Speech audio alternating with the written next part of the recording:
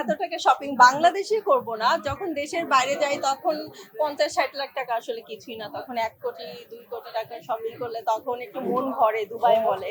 আর হচ্ছে ঢাকায় 15-20 লাখ ঠিক আছে। অনেকে এই কথা বলেছে মডেলিং এর টাকায় ওমরা হয় না, সো আমি মডেলিং এর টাকায় ওমরায় যাইনি। আমার গাড়ির বিজনেস আছে, আরো পাশাপাশি আরো অনেক কিছু আছে। তো ওই টাকা দিয়ে আমি গিয়েছি।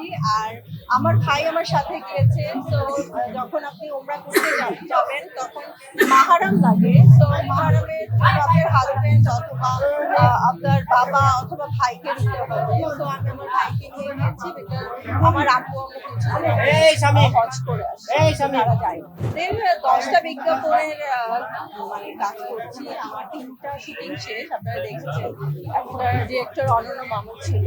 সো আরো সামনে আরো কিছু হবে, দেশের বাইরে হবে। তো সব মিলিয়ে 10টা করছি, আরো সামনে আরো অনেক কাজ আসবে, অবশ্যই আপনারা দেখতে পারবেন। আর ঈদের শপিং হচ্ছে, ঈদের শপিং তো কেনাকাটা শুরু হয়েছে 15 রোজা থেকে। তো অনেক কিছু কেনাকাটা হয়েছে। আমি তো আনলিমিটেড শপিং করি, এটা তো আপনারা সবাই জানেন। আমি হচ্ছে এভরিডে আমি বের হই, আর যেগুলো পছন্দ হয় সেগুলোই শপিং করা হচ্ছে। তো সব মিলিয়ে অনেক টাকার শপিং করে ফেলেছি অলরেডি। ও না না, 50-60 লাখ টাকা দিয়ে একটা গাড়ি কেনা যায়। সো এত টাকা শপিং বাংলাদেশে করব না, যখন দেশের বাইরে যাই তখন 50-60 লাখ টাকা আসলে কিছুই না। তখন 1 কোটি 2 কোটি টাকার শপিং করলে তখন একটু মন ভরে দুবাই বলে।